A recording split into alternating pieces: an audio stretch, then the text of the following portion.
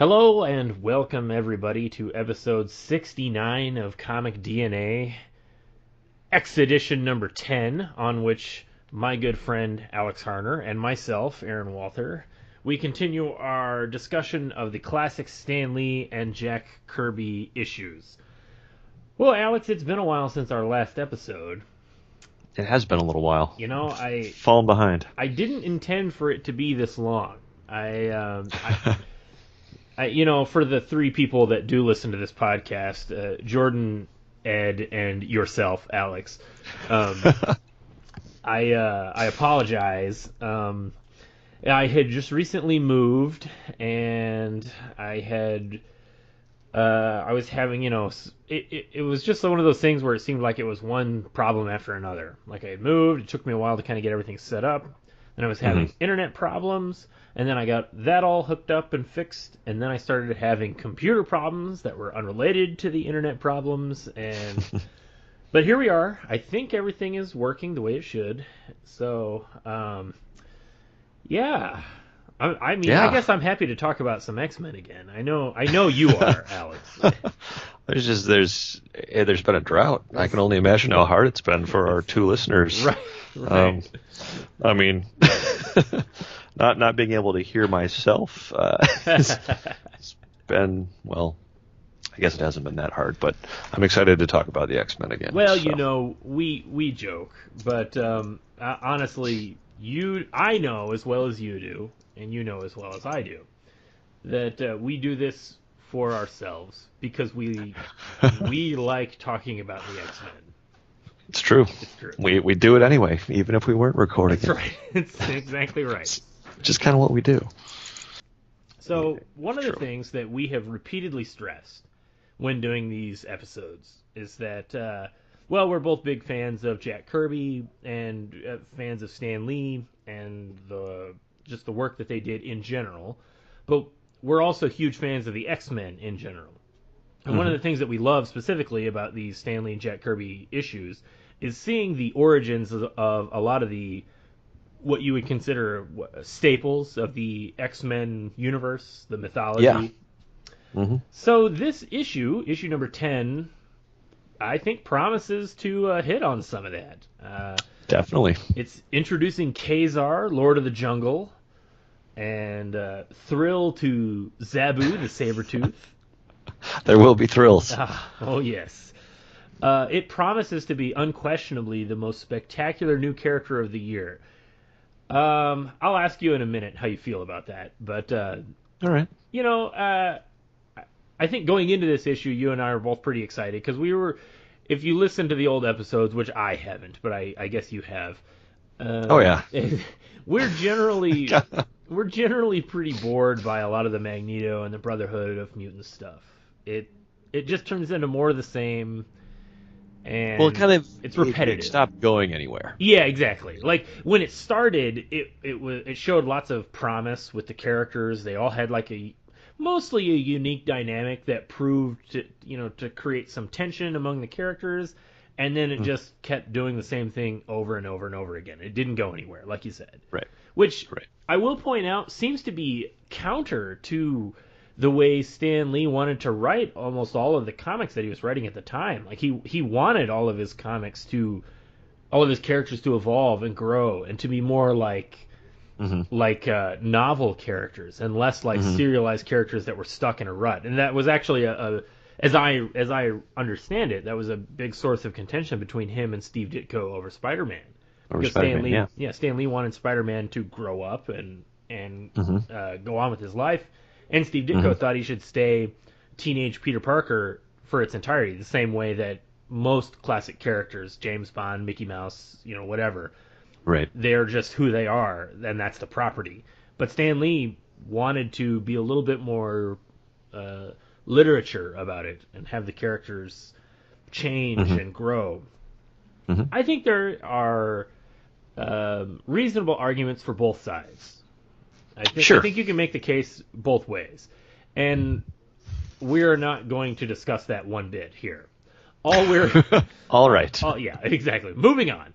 I'm just saying that it's interesting to note that the Brotherhood of Evil Mutants seem to be really stale and stagnant and not growing or changing or moving at all, considering that that's exactly what Stan Lee wanted his characters to do.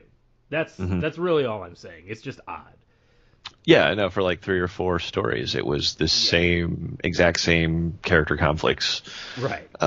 Which as we've discussed in the past, like 3 or 4 issues in 1964 is like equivalent of like 3 years in 2017 standards.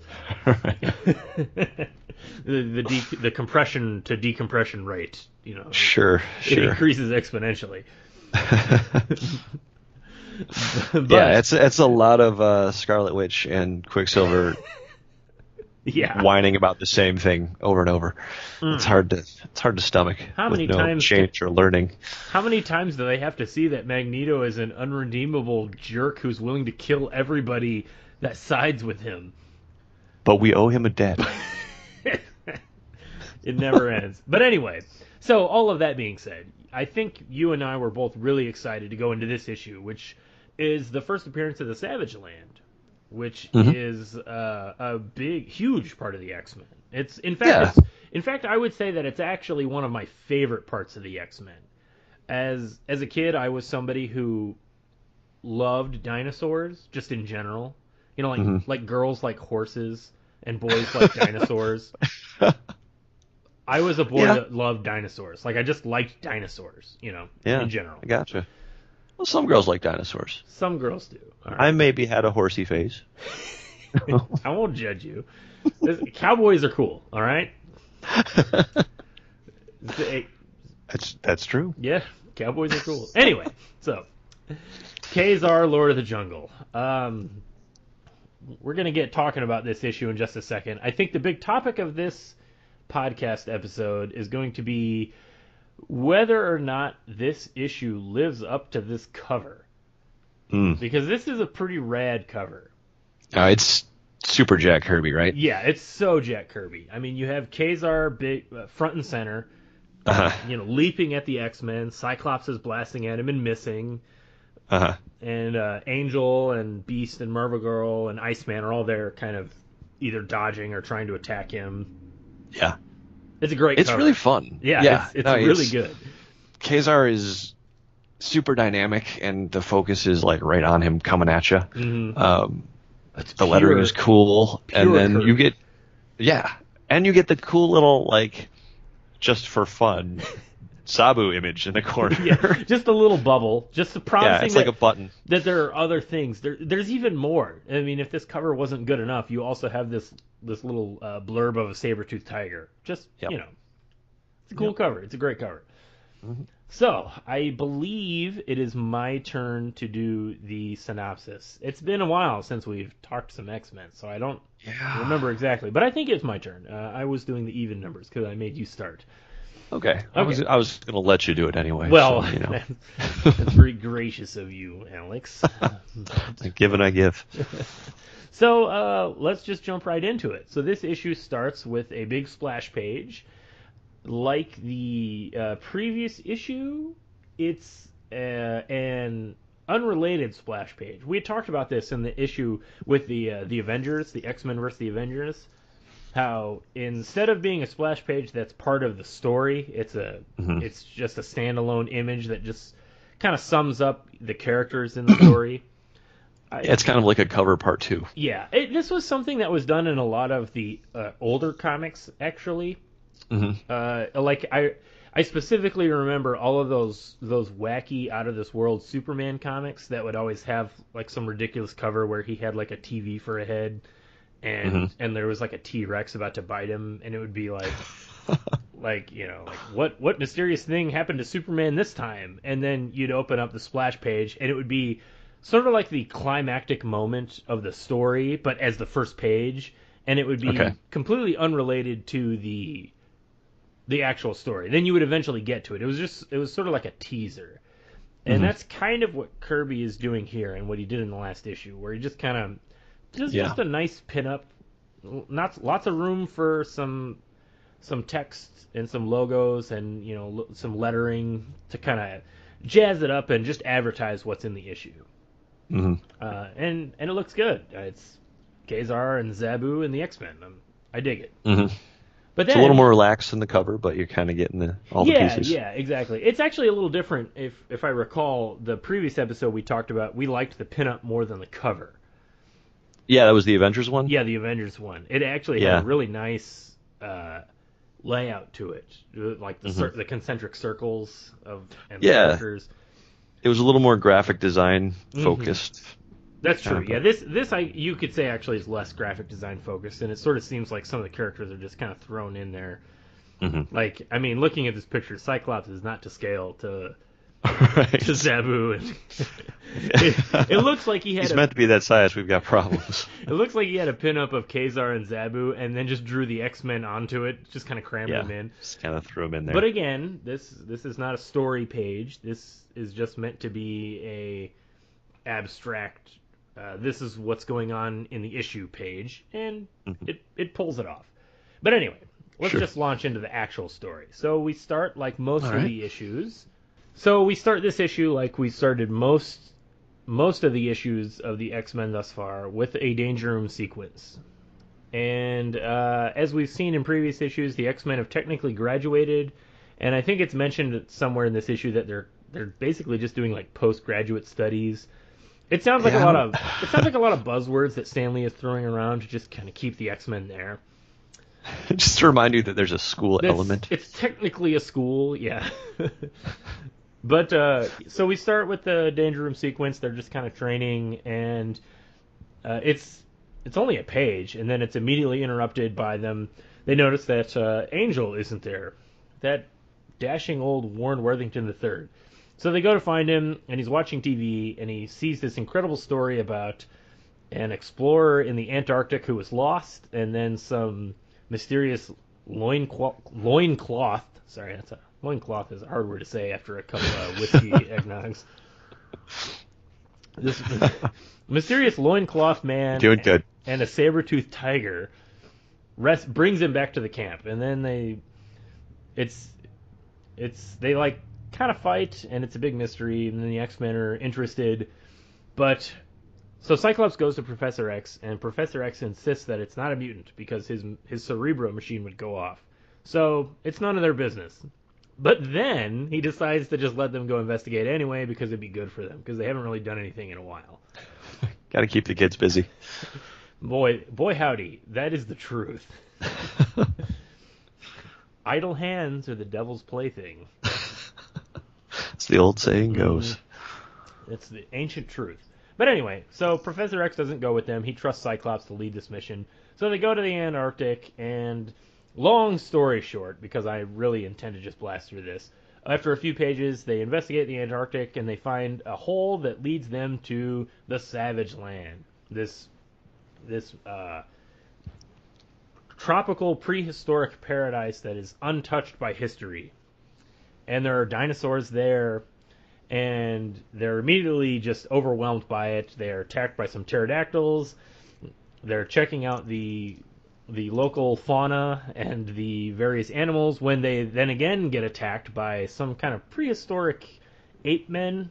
It's not really... I think there's a swamp tribe and an ape tribe.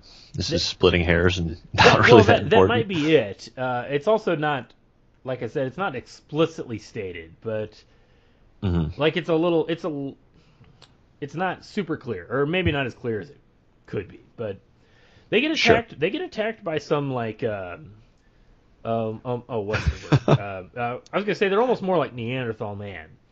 But they get attacked by some Neanderthals riding giant flightless birds, which look awesome, by the way. It's pretty cool. Pure Jack Kirby.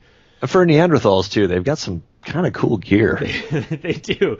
They've got, like, flak jackets and knee pads and stuff. Like triple arrows. And right. It's pretty wild. And, quadruple arrows. And noxious gas bombs. Yeah. But so they fight the X-Men and they kidnap Jean Grey because, I don't know, they're Neanderthals and they kidnap women. Neanderthals, man. Right. But while they're fighting, Ka-Zar and Zabu show up and chase them off. But not before they make off with Jean Grey. So the X-Men start to initially they fight with Ka-Zar because there's like a language barrier. Ka-Zar speaks in broken English, but he does speak in English, but kind of like old-timey... I'm a Tarzan. Yeah, exactly. Yeah, he's a very Tarzan. Me help. Yeah, exactly. Yeah. He just says, I am Ka-Zar over and over again. Which it does actually make for some good scenes of Beast trying to kind of like talk about like the juxtaposition of Ka-Zar's broken English with Beast's voluminous language, voluminous what's the word I'm thinking of? Wordy. I like wordy. That works. There's better words, but yeah. Thesaurus. That's the word I was thinking of. His voluminous, thesaurus-rich language. It makes for some good scenes. And they fight with Ka-Zar, and then they figure out that Ka-Zar can show them where this other tribe of these man-apes, I think that's what Ka-Zar calls them, man-apes, where they are. And so the X-Men follow Ka-Zar. They stumble over some dinosaurs just for some nice scenery, and the man-ape tribe are about to... They capture Angel along the way, because Angel goes after them, and they're going to sacrifice them to a T-Rex. And Angel and Jean-Grey have to kind of fight off the T-Rex, and while at the same time, the X-Men and Ka-Zar show up to fight them. Ka-Zar doesn't really seem interested in helping them as much as he just hates them, and he just wants to destroy them. the Swamp Man or the... whatever this primitive tribe is. They're his enemies, so he's like, whatever, let's go kill him. Yeah. And Angel, and it's a scene where like Angel and Jean Grey free themselves at the same time where the X-Men and Ka-Zar are fighting through, and like that's kind of the end of it. It just kind of ends abruptly, and they're like, all right, well, we're gonna go back now. And then they invite Ka-Zar to come with them, and Ka-Zar says no. And sort of forces them sends out. Him packing. Yeah. He sends them along quickly, and then he has a bunch of mastodons like close up the hole that the entrance that they used to get there, and then we get that nice little ending panel of Ka-Zar doing his little Tarzan roar triumphantly, right? And pounding his chest and being triumphant, I guess. That's the end of it. Yeah. So it's pretty simple. Pretty simple. Yeah. I think that's a little insight into the answer to the question I'm about to ask you, Alex. But does this issue live up to the cover? Or I should say, does it live up to your expectations as somebody who enjoys the Savage Land, enjoys the X-Men, all the stuff that we talked about at the beginning of the episode? How does this fall in with all that? Well, going just by the cover, this issue delivers plenty of sweet prehistoric action. As an X-Men story, it's actually, we may have touched on this in the past, in a past conversation. You could put any characters in this story. It's basically just like, insert characters here, go on vacation to prehistoric land. That's correct, yeah.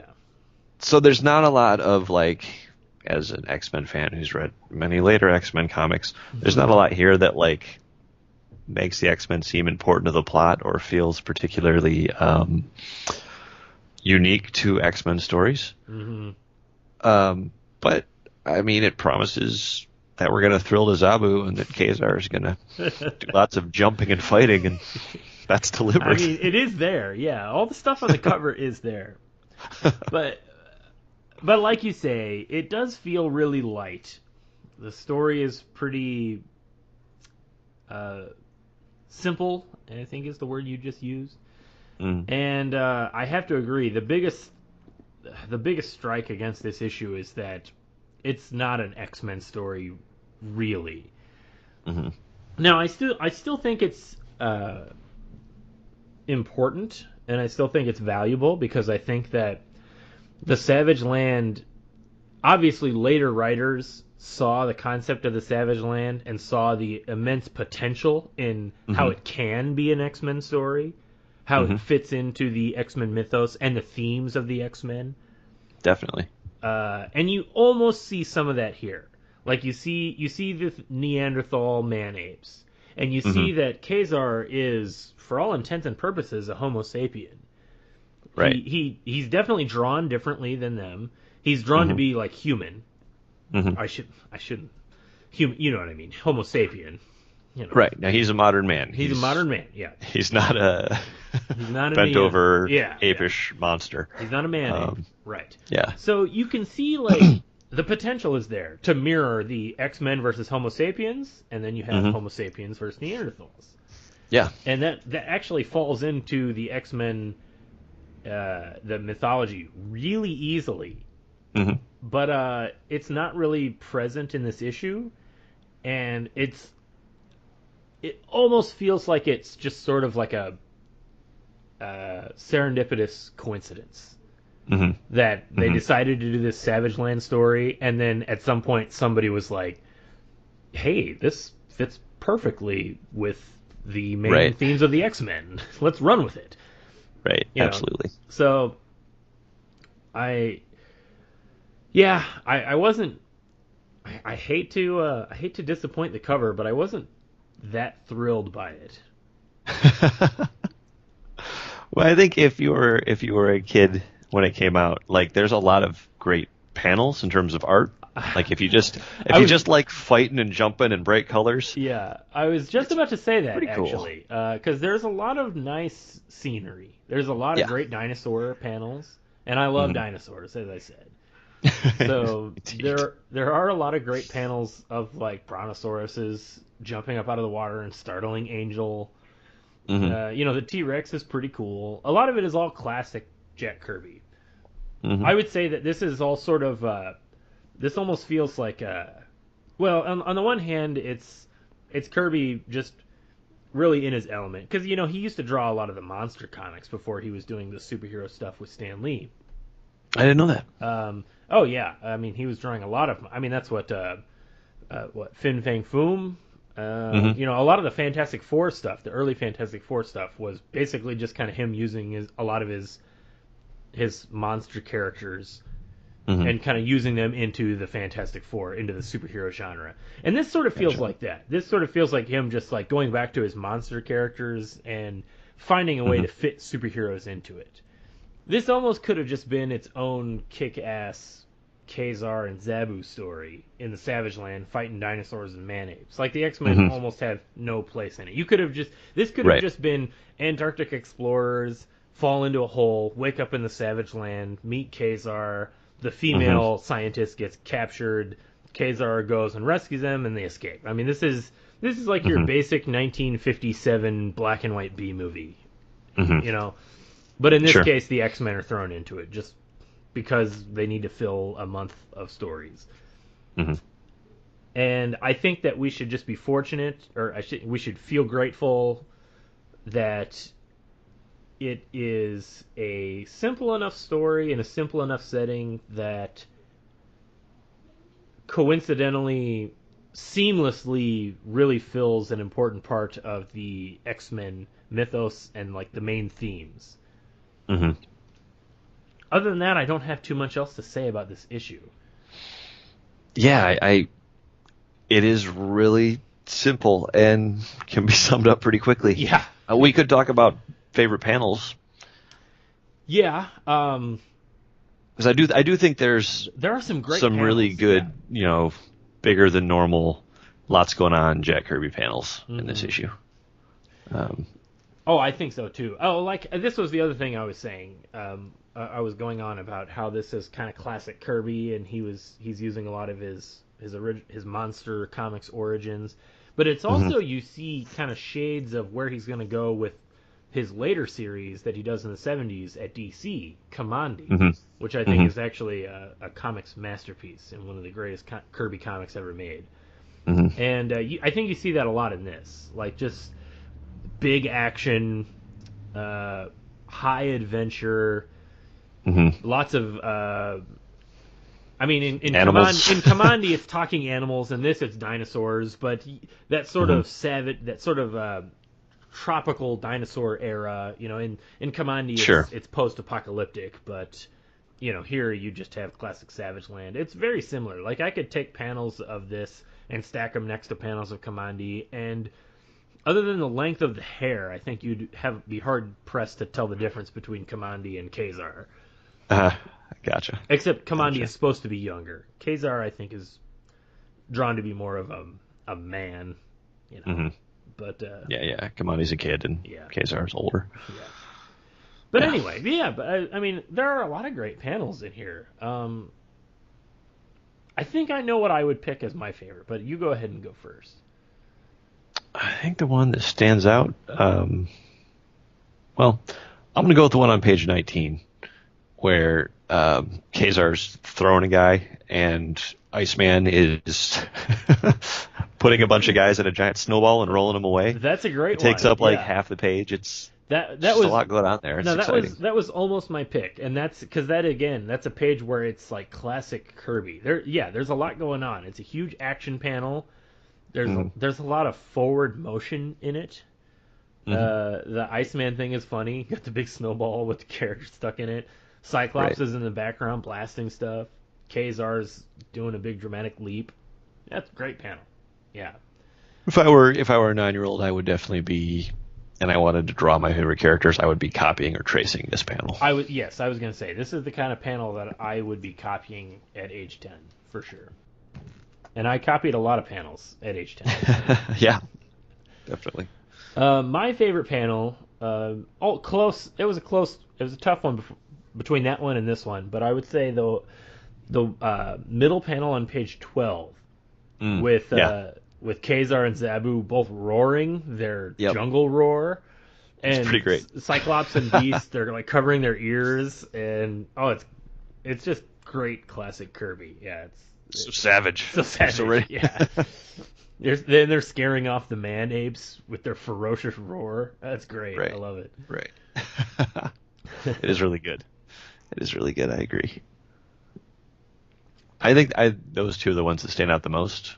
I think there's some great rampaging mammoths on page 18. Yeah. I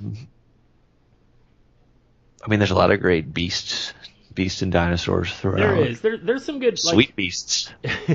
We've talked about this before. I think that Beast is Jack Kirby's favorite to draw for obvious reasons. He's the most animated. He gets to do the most like he's the most physical, so he looks the most interesting while drawing him.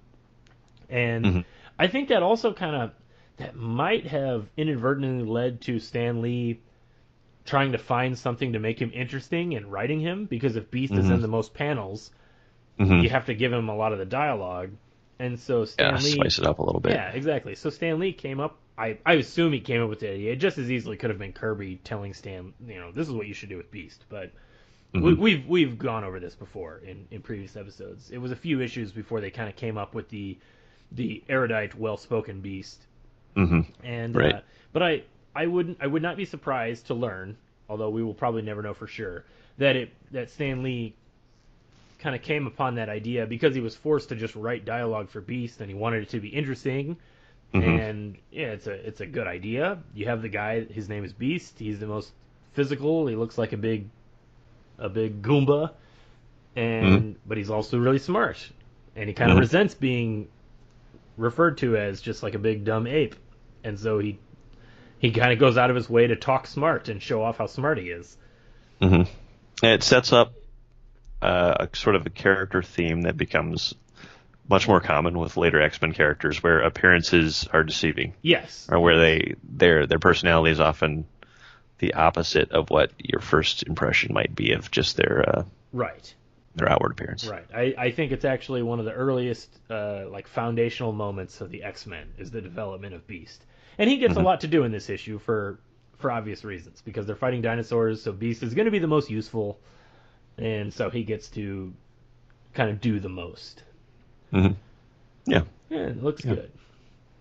I will say there is one other important thing to talk about in this issue. We've talked mostly about how this is mostly a pure Kirby thing. But we should talk about this first couple of pages where Stan Lee gets to really wedge himself into the identity of these create characters. a little more teen drama, That's a little more right. romance drama. Because we hit on the Cyclops and Jean Grey what would you call this? The mutually unrequited feelings. Is that Pretty heavy? Pretty heavy. But I glossed over this while in the intro. But we talked about. I mentioned that there's a danger room sequence. But I know we had sort of previously talked about this issue, but in private. And I know you were off the record. Off the record. I know you were quite happy to see Jean given something practical to do other than just doing battle stuff. Exactly. Not just running yarn through a cardboard box. Right. Not that those aren't.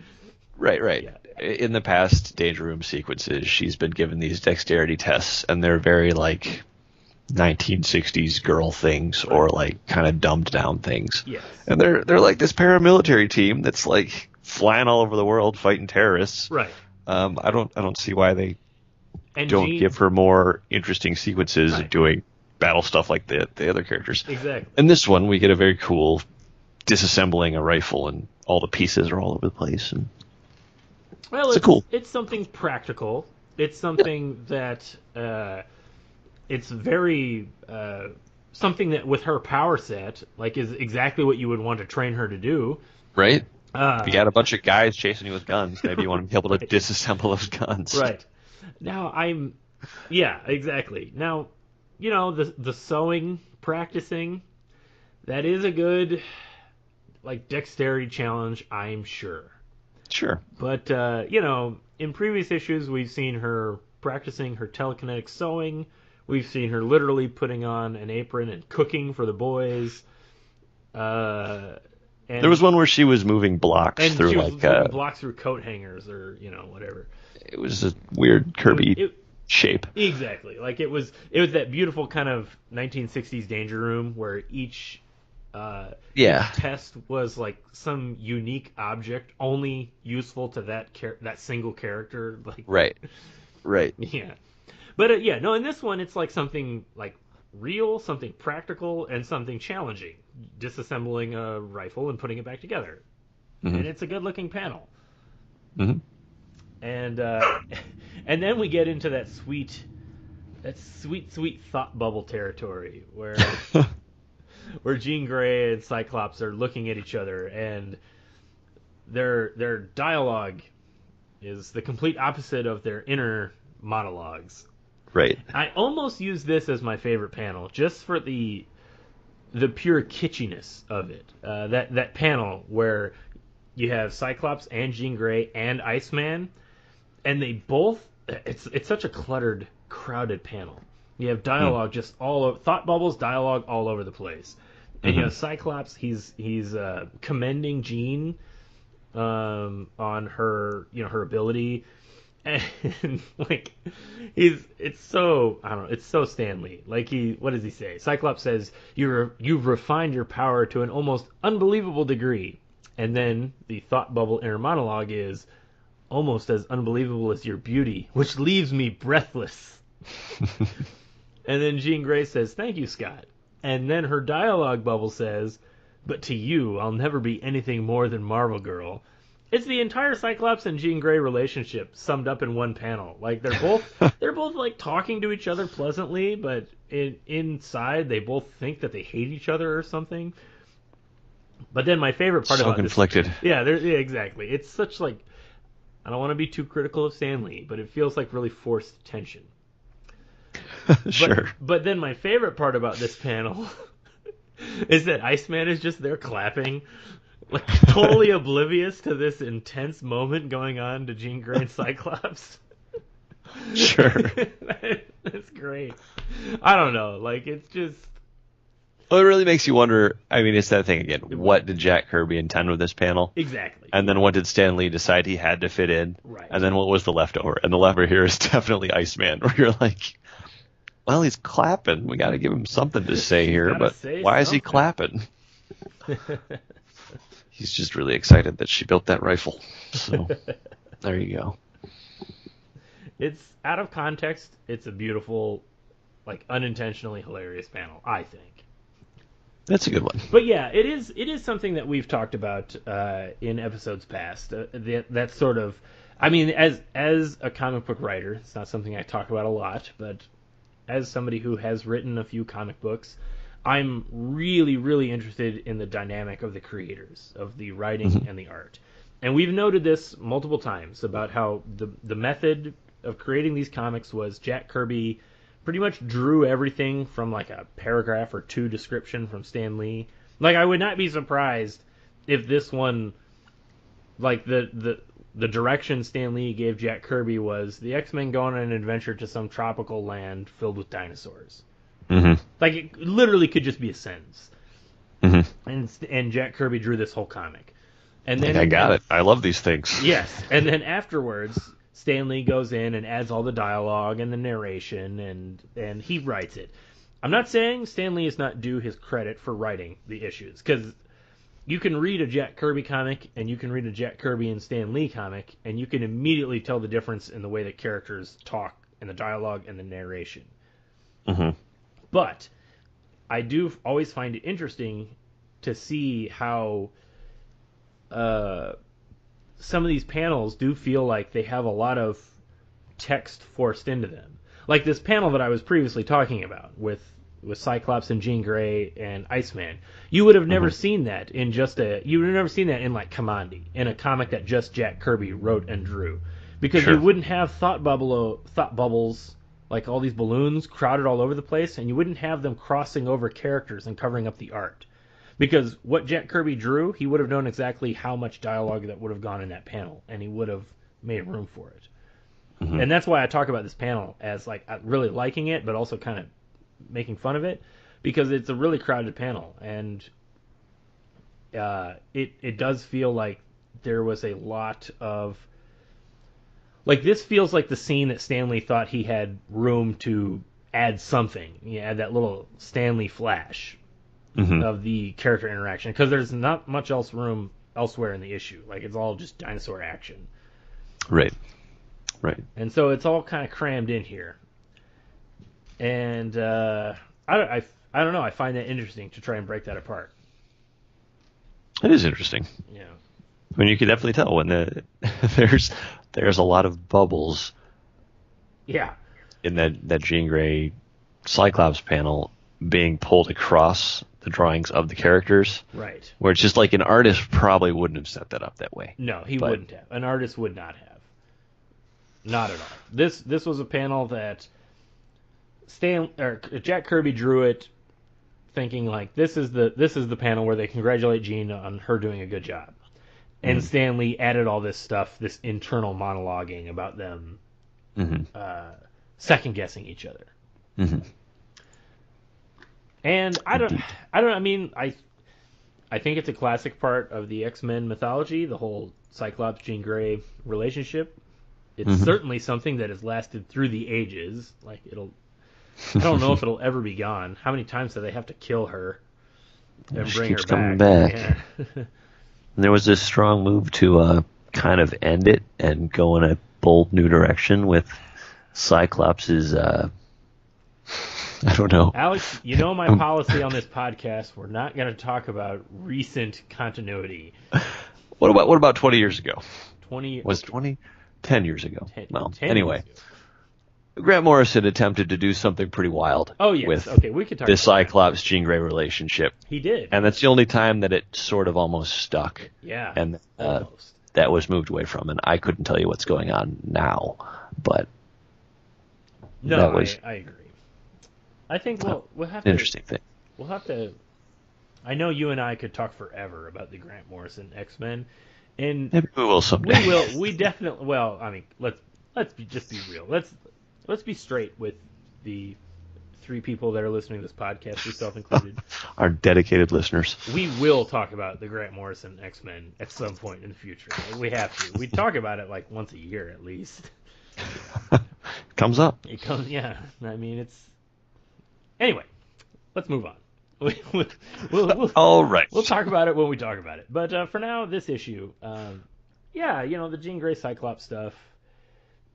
I do think that it's a nice little scene, but it's not as I don't know. It's just not as like fun to me, or it's not. Maybe it's just because it's not as clean. Like it feels a little shoehorned in. It feels really shoehorned in, actually. Now that I think about it, the last issue, yeah, it was the last issue, right? The Avengers issue where they were on the boat, and you had that scene where Cyclops had exhausted himself trying to shoot the iceberg, and there was some nice moments between Cyclops and Jean Grey, and it felt a little bit more natural. Yeah, and the art. Yeah, it again. The story was represented visually. It wasn't exactly words that were adding the drama. I mean, if you just look at this page and you specifically look at these panels, you could rewrite this page and not have almost no single interaction between Jean Grey and Cyclops. Like you could have that. There's that one moment of them, like that panel of them talking, and then the next panel is them their attention being drawn away, and then they go looking for Warren. Like it's for the remainder of the issue, there's no interaction. There was clearly no artistic intent for there to be romantic subplot between. This issue it was Cyclops this issue there was no intention of a romantic subplot at all. But Stan Lee found a way to put it in there. He worked it in there. God bless him. But yeah, I don't know. I mean, what more can we really say about this issue? I think we covered the big things. I think so. Would you? Gosh, I don't know. I'm done. I don't have anything. I like dinosaurs. I like Ka-Zar. I like the Savage Land a lot. But there's nothing else. How many Thrillin' Zabu faces would you give it? That's where I was going with this. Yeah. How many Thrillin' Zabus? Gosh. I think I'm trying to remember the median. Like, what are we comparing this to, right? A lot of them have been like 2.5. We've been out of 5, I settling. Yeah, we've been out of 5, and we've been, I don't know. I would think averaging out, we would probably be at like a 2 per average. I think on issue. Now, this is certainly. I think this issue. They're not great issues. They're not all great. Yeah, I think on the whole, would you say that this is better than that Blob issue, which I think is the lowest? I think we only gave that one a 1.5. Yeah, I would say this is better than that.